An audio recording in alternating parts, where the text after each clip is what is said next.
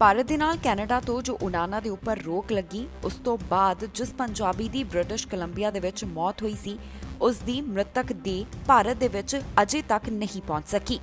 ਦੱਸ ਦਈਏ ਕਿ ਅਪ੍ਰੈਲ 5 ਨੂੰ ਕੈਨੇਡਾ ਦੇ ਵਿੱਚ ਰਹਿੰਦੇ ਅਮਰਿੰਦਰ ਸਿੰਘ ਦੀ ਮੌਤ ਹੋ ਗਈ, ਜਿਸ ਦੇ ਚੱਲਦਿਆਂ ਇਸ ਨੌਜਵਾਨ ਦੀ ਮ੍ਰਿਤਕ ਦੇਹ ਬ੍ਰਿਟਿਸ਼ ਕੋਲੰਬੀਆ ਤੋਂ ਭਾਰਤ ਭੇਜੀ ਜਾਣੀ ਸੀ, ਪਰ ਫੈਡਰਲ ਸਰਕਾਰ ਵੱਲੋਂ ਉਡਾਨਾਂ ਦੇ ਉੱਪਰ ਰੋਕ ਲਗਾ ਦਿੱਤੀ ਗਈ, ਜਿਸ ਦੇ ਚੱਲਦਿਆਂ ਅਜੇ ਤੱਕ ਮ੍ਰਿਤਕ ਦੇਹ ਭਾਰਤ ਨਹੀਂ ਭੇਜੀ ਜਾ ਸਕੀ।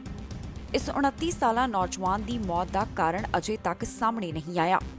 ਅਮਰਿੰਦਰ ਸਿੰਘ ਦੀ ਕਜ਼ਨ ਵਿਮਲਜੀਤ ਕੌਰ ਵੱਲੋਂ ਸਾਰੀ ਜਾਣਕਾਰੀ ਸਾਂਝੀ ਕੀਤੀ ਗਈ, ਜਿੱਥੇ ਉਹਨਾਂ ਨੇ ਦੱਸਿਆ ਕਿ ਅਮਰਿੰਦਰ ਦੀ ਮ੍ਰਿਤਕ ਦੇਹ ਨੂੰ 에ਅਰਪੋਰਟ ਦੇ ਉੱਪਰ ਅਪ੍ਰੈਲ 23 ਨੂੰ ਉਹ ਲੈ ਕੇ ਗਏ, ਜਿੱਥੋਂ ਉਸ ਨੂੰ ਦਿੱਲੀ ਵਿਖੇ ਭੇਜਿਆ ਜਾਣਾ ਸੀ।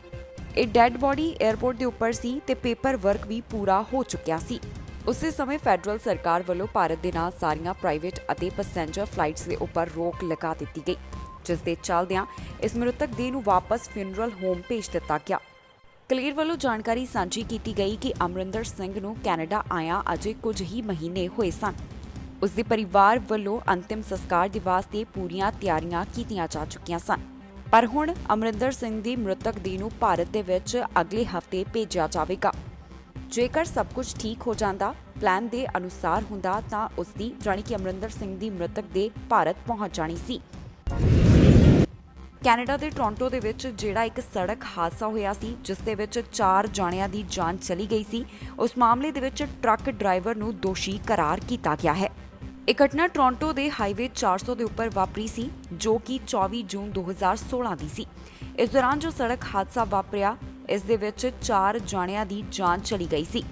ਇਸ ਮਾਮਲੇ ਦੇ ਵਿੱਚ ਓਨਟਾਰੀਓ ਦੀ ਸੁਪੀਰੀਅਰ ਕੋਰਟ ਵੱਲੋਂ ਫੈਸਲਾ ਸੁਣਾਇਆ ਗਿਆ, ਜਿੱਥੇ ਜੱਜ ਮਾਈਕਲ ਵੱਲੋਂ ਕਿਹਾ ਗਿਆ ਕਿ ਇਸ ਮਾਮਲੇ ਦੇ ਵਿੱਚ ਟਰੱਕ ਡਰਾਈਵਰ ਦੋਸ਼ੀ ਹੈ। ਜੀ ਹਾਂ, ਇਸ ਜੱਜ ਵੱਲੋਂ 40 ਸਾਲਾ ਟਰੱਕ ਡਰਾਈਵਰ, ਜਿਸ ਦਾ ਨਾਮ ਸਰਬਜੀਤ ਮਠਾਰੂ ਦੱਸਿਆ ਗਿਆ, ਉਸ ਨੂੰ ਦੋਸ਼ੀ ਠਹਿਰਾਇਆ ਗਿਆ। ਅਦਾਲਤ ਵੱਲੋਂ ਜੋ ਆਪਣਾ ਫੈਸਲਾ ਸੁਣਾਇਆ ਗਿਆ, ਉਸ ਦੇ ਵਿੱਚ ਉਹਨਾਂ ਨੇ ਦੱਸਿਆ ਕਿ ਸਰਬਜੀਤ ਮਠਾਰੂ ਸਿਰਫ 2 ਘੰਟੇ ਦੇ ਲਈ ਹੀ ਸੁੱਤਾ ਸੀ, ਪਰ ਉਸ ਵੱਲੋਂ ਆਪਣੀ ਲੌਗਬੁੱਕ ਦੇ ਨਾਲ ਛੇੜਖਾਨੀ ਕੀਤੀ ਗਈ, ਜਿਸ ਦੇ ਚੱਲਦਿਆਂ ਉਹ ਟਰੱਕ ਚਲਾਉਂਦਾ ਰਿਹਾ ਅਤੇ ਦੂਸਰਾ 80 ਕਿਲੋਮੀਟਰ ਪ੍ਰਤੀ ਘੰਟੇ ਦੇ ਕੰਸਟਰਕਸ਼ਨ ਜ਼ੋਨ ਦੇ ਵਿੱਚ 90 ਕਿਲੋਮੀਟਰ ਪ੍ਰਤੀ ਘੰਟੇ ਦੇ ਉੱਪਰ ਉਸ ਵੱਲੋਂ ਟਰੱਕ ਚਲਾਇਆ ਜਾ ਰਿਹਾ ਸੀ। ਇਸ ਟਰੱਕ ਡਰਾਈਵਰ ਨੂੰ ਦੋਸ਼ੀ ਪਾਇਆ ਗਿਆ ਹੈ, ਪਰ ਇਸ ਦੀ ਸਜ਼ਾ ਦਾ ਐਲਾਨ ਹੋਣਾ ਅਜੇ ਬਾਕੀ ਹੈ, ਜੋ ਕਿ ਜੂਨ ਮਹੀਨੇ ਦੇ ਵਿੱਚ ਹੋ ਸਕਦਾ ਹੈ। ਫਰਵਰੀ ਮਹੀਨੇ ਕੈਨੇਡਾ ਦੀ ਆਰਥਿਕਤਾ ਦੇ ਵਿੱਚ ਵਾਧਾ ਹੋਇਆ ਹੈ। ਇਸ ਮਹੀਨੇ ਆਰਥਿਕਤਾ 0.4% ਵੱਧ ਹੋਈ। ਸਟੈਟਿਸਟਿਕਸ ਕੈਨੇਡਾ ਵੱਲੋਂ ਇਸ ਸੰਬੰਧੀ ਜਾਣਕਾਰੀ ਦਿੱਤੀ ਗਈ, ਜਿੱਥੇ ਉਹਨਾਂ ਦੱਸਿਆ ਕਿ ਸਾਲ ਦੇ ਪਹਿਲੇ ਕੁਆਰਟਰ ਦੌਰਾਨ ਆਰਥਿਕਤਾ ਦੇ ਵਿੱਚ 6.5% ਉਛਾਲ ਦੇਖਣ ਨੂੰ ਆਇਆ।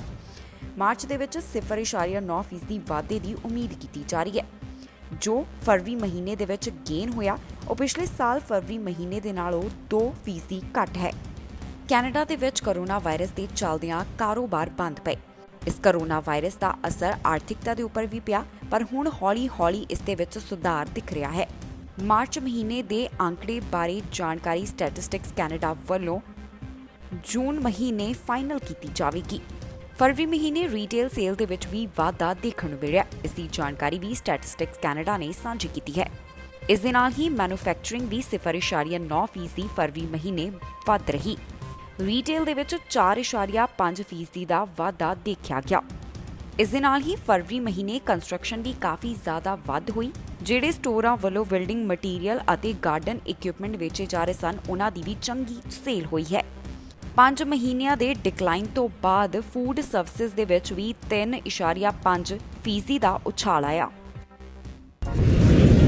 ਕੈਨੇਡਾ ਦੇ ਵਿੱਚ ਕੋਰੋਨਾ ਵਾਇਰਸ ਦੀ ਤੀਸਰੀ ਲਹਿਰ ਚੱਲ ਰਹੀ ਹੈ, ਪਰ ਇਸ ਦੇ ਵਿੱਚ ਇਹ ਦੇਖਿਆ ਗਿਆ ਕਿ ਹਸਪਤਾਲਾਂ ਦੇ ਵਿੱਚ ਜਿਹੜੇ ਮਰੀਜ਼ਾਂ ਦੀ ਗਿਣਤੀ ਵੱਧ ਹੈ, ਉਹਨਾਂ ਦੇ ਵਿੱਚ ਨੌਜਵਾਨ ਸ਼ਾਮਿਲ ਹਨ, ਜਿਸ ਦਾ ਮਤਲਬ ਹੈ ਕਿ ਇਸ ਕੋਰੋਨਾ ਵਾਇਰਸ ਦੀ ਤੀਸਰੀ ਲਹਿਰ ਦਾ ਸਭ ਤੋਂ ਵੱਧ ਪ੍ਰਭਾਵ ਨੌਜਵਾਨਾਂ ਦੇ ਉੱਪਰ ਦੇਖਣ ਨੂੰ ਮਿਲ ਰਿਹਾ ਹੈ। ਕੈਨੇਡਾ ਦੇ ਵਿੱਚ ਵੈਕਸੀਨੇਸ਼ਨ ਦੀ ਸ਼ੁਰੂਆਤ ਹੋਈ। ਜਿਹੜੇ ਵੱਧ ਉਮਰ ਦੇ ਲੋਕ ਨੇ, ਇਸ ਸਮੇਂ ਉਹਨਾਂ ਨੂੰ ਟੀਕਾ ਲਗਾਇਆ ਚੱਲ ਰਿਹਾ ਹੈ। ਨਤੀਜੇ ਵਜੋਂ ਕੋਰੋਨਾ ਵਾਇਰਸ ਦਾ ਭਾਰ ਇਸ ਸਮੇਂ ਕੈਨੇਡਾ ਦੇ ਨੌਜਵਾਨਾਂ ਦੇ ਉੱਪਰ ਆ ਗਿਆ। ਹੈਲਥ ਕੈਨੇਡਾ ਵੱਲੋਂ ਇੱਕ ਅੰਕੜਾ ਜਾਰੀ ਕੀਤਾ ਗਿਆ, ਜਿਸ ਦੇ ਵਿੱਚ ਉਹਨਾਂ ਦੱਸਿਆ ਕਿ ਅਪ੍ਰੈਲ ਮਹੀਨੇ ਹਸਪਤਾਲਾਂ ਦੇ ਵਿੱਚ ਜਿਹੜੇ ਲੋਕ ਸ਼ਾਮਿਲ ਹੋਏ, ਉਹਨਾਂ ਵਿੱਚ ਵੱਡੀ ਉਮਰ ਦੇ ਲੋਕਾਂ ਦੀ ਗਿਣਤੀ ਕਾਫੀ ਘੱਟ ਰਹੀ।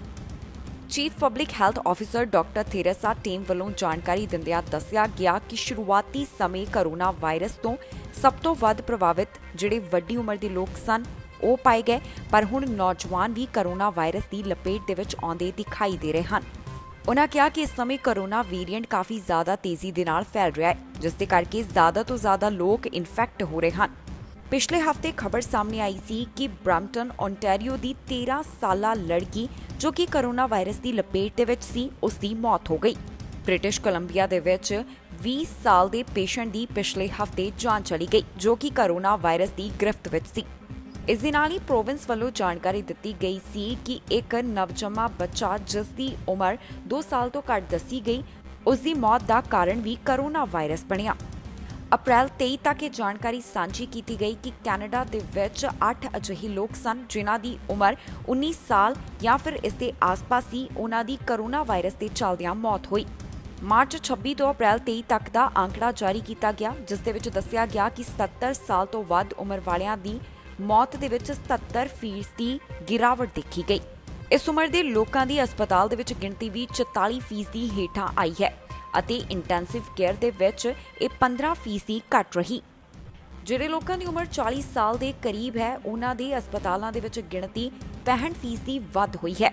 ਜਿਹੜੇ ਲੋਕਾਂ ਦੀ ਉਮਰ 20 ਸਾਲ ਤੋਂ 30 ਸਾਲ ਦੇ ਵਿਚਕਾਰ ਹੈ, ਉਹਨਾਂ ਦੀ ਹਸਪਤਾਲ ਦੇ ਵਿੱਚ ਗਿਣਤੀ 40% ਦੇ ਨਾਲ ਵਧੀ ਹੈ ਅਤੇ ICU ਦੇ ਵਿੱਚ 57% ਦੀ ਵਾਧਾ ਦੇਖਿਆ ਗਿਆ।